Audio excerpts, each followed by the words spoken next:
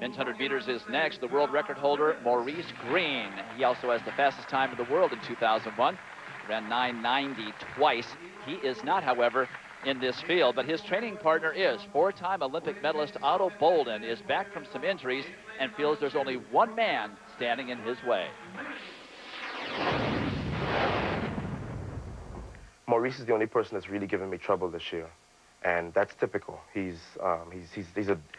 been so mistake-free this year, even with his knee bothering him, that I know that I have to be able to beat Maurice, you have to be able to run 9.8 anytime you feel like it, and I haven't quite been there just yet. Well, there's no Mo Green here, and part of the disagreement certainly was in the money angle. $75,000 supposedly had been agreed to, and he wanted 100, and they decided not to compete and not do it for 75. One of the things they're worried about, according to Emmanuel Hudson and John Smith, was the weather here, which is cool, and Mo is not here. However, the two other men in the world who have run under 10 seconds for 100 meters are here, in Bernard Williams and Ato Bolden. They've done it this year.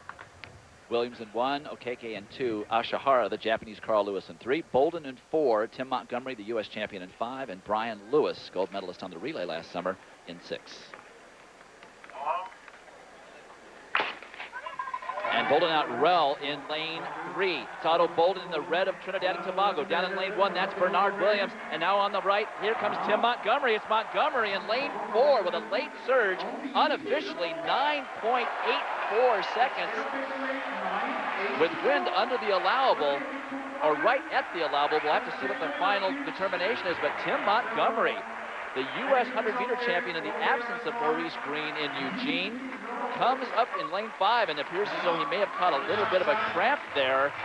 Watch it out of the blocks. Bolden gets an excellent start. Williams does on the right. Montgomery gets out pretty well with everybody, but he's been running very, very well, training down with Marion Jones and her coach, Trevor Graham. And boy, the difference has been pronounced this year. Watch him on the close. He finishes extraordinarily well. The time, a sensational 9.84 seconds, and Dwight, only Maurice Green has ever run faster. Tim Montgomery makes personal history, but more importantly, he sends shockwave through the sprint world. And first of all, we saw you go down after the race. What happened there? Are you okay? I'm very okay. I didn't think the race was going to be so fast due to the conditions today. Right. And when I was running, I threw my hands up and came to a sudden stop, and the muscle just cramped, but it was nothing to be alarmed about. 9.84. Are you surprised, especially with the cool conditions here? Very surprised. I just went to the line, I gave guards and things and said, just bring me through, because I owed it Otto from the Luzon, so it came through today. You've been with Trevor now for 2 years there with Marion Jones. What has Trevor been teaching you, Trevor Graham, your coach now? What has he been teaching you that brought about the type of performance we saw tonight?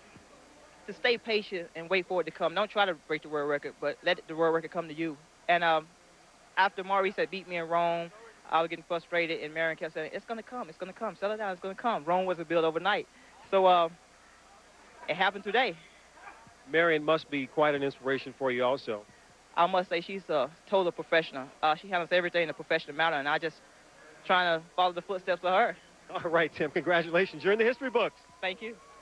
Official results of that men's 100 meters into the maximum allowable wind, 9.84 for Tim Montgomery, second fastest performer, tied with Donovan Bailey and with Bruni Surin of all time. Only Maurice Green has run faster. Bolden runs a 9.88, and Bernard Williams a trio under 10 seconds flat in the men's 100.